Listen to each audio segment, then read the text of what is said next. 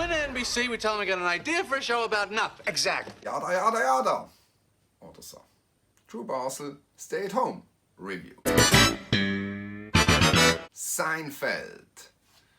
Das ist wahrscheinlich eine der grössten Serien, wo man wirklich mit Fug und Recht behaupten, es geht um nichts.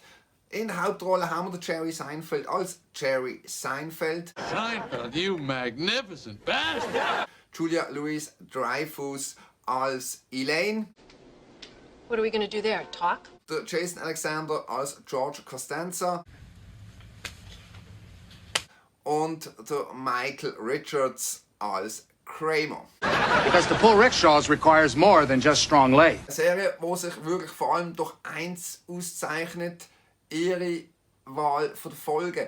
Die Geschichten, die zum Teil erzählt werden, gehen wirklich richtig doof bis schreiend. Und es ist immer die Vierergruppe, die das Ganze dann dementsprechend auch erlebt und uns auch lustig macht. Wie gesagt, im Fokus ist nicht der Jerry Seinfeld. In der ersten Staffel geht es darum, dass NBC mit ihm eine Serie drehen möchte.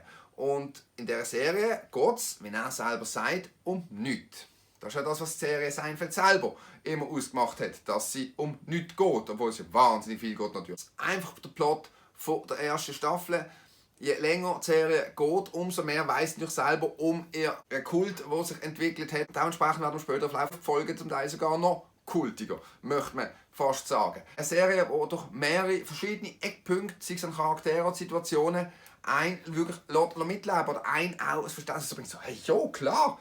Und genau das ist das, was die Serie ausmacht. Ich habe oft, dass ich gewisse Folgen davon gesehen habe. Ich habe es damals gesehen, was einigermaßen neu war. Ich hatte dann irgendwann mal alle DVDs gehabt und jetzt momentan läuft es auf Comedy Central. Die sind, glaube ich, irgendwann in der zweiten oder dritten Staffel momentan unterwegs. Vielleicht nicht unbedingt das Beste zum Einsteigen, aber es wäre natürlich eine Idee, weil in Humor kommt man immer rein. Die Gruppendynamik und Charaktere selber lernt man trotz allem auch immer wieder kennen. Man muss den Anfang nicht unbedingt so kennen dafür, dass man das lustig empfinden kann. Auch wenn es im späteren Verlauf natürlich auf Running Gags aufbaut. Die Charaktere blitzen immer durch.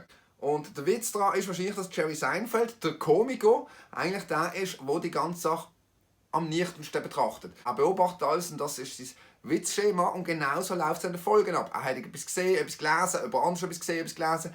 Durch das entsteht eine Diskussion, durch das entsteht eine Situation, durch das entsteht dann irgendwann auch richtige Komik. Wir haben natürlich nicht nur den nüchternen Seinfeld, wir haben auch seine Ex-Freundin Elaine, die immer noch mit ihm abhängt und zusammen eine ziemlich gute Freundschaft haben, wo natürlich auch immer wieder fürs Anecken sorgt, aber im Großen und Ganzen sind sie doch eigentlich schon fast wie ein Bund, wo gegen andere geht. Dann haben wir den Kramer, das ist der schräge Nachbar, der vor allem mit seiner Frisur und seinem Auftreten immer wieder schon allein, weil es weiss, dass es so weit ist, ein absoluter Gröler ist. Er hat dann seine Momente drin, wo er absolut beweist, dass er das Hirn nicht unbedingt am gleichen Ort hat wie sein Kopf. Und klar, mittlerweile kommt das vielleicht auch ein bisschen veraltet über. Man sieht es immer und immer wieder, aber es ist dennoch immer sehr, sehr treffend platziert. Gerade seine Interaktionen auch mit dem Jerry, der natürlich ein ganz anderer Mensch ist, sind grandios. Und um die Dynamik zu vervollständigen, kommt auch der George Costanza.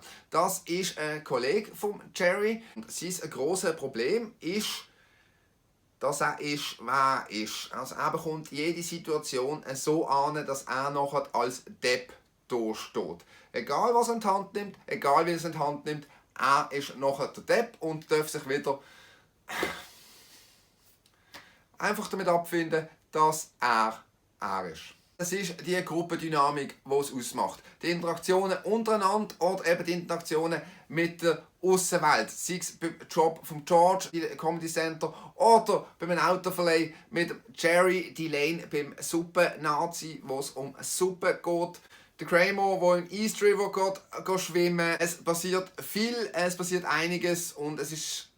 Ich sehe jetzt Folgen, die ich keine Ahnung wie 1000-mal gesehen habe und ich bleibe trotzdem wieder hängen, weil ich halt vielleicht auf den einen Joke von George warte, auf den einen von Kramer oder dass ich vielleicht gar nicht mehr genau weiss, auf was es in diesem Moment rausläuft. Das kann je nachdem halt auch sein bei so grossen Serien.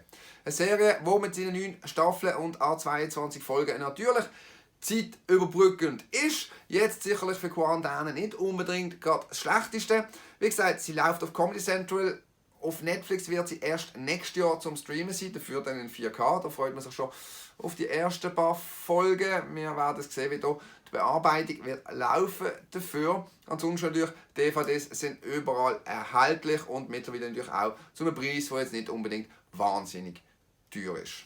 True Basel geht Seinfeld 9 von 10 Punkten. Eine kurzweilige, lange, sehr sehenswerte Serie, wo sie Comedy-Ursprung beim Komiker Jerry Seinfeld selber hat, aber wie gesagt durch großartige Schauspieler ergänzt wird, die dem Ganzen noch die richtige Würze verleihen. Wenn ihr jetzt Seinfeld auch schon gesehen habt und gleich oder vielleicht ganz anderer Meinung sind, hinterlasst doch einen Kommentar, liked mein Video, wenn es euch dann gefallen hat, oder noch besser, abonniert mich gerade, damit ihr auch keins von den kommenden Videos mehr verpasst.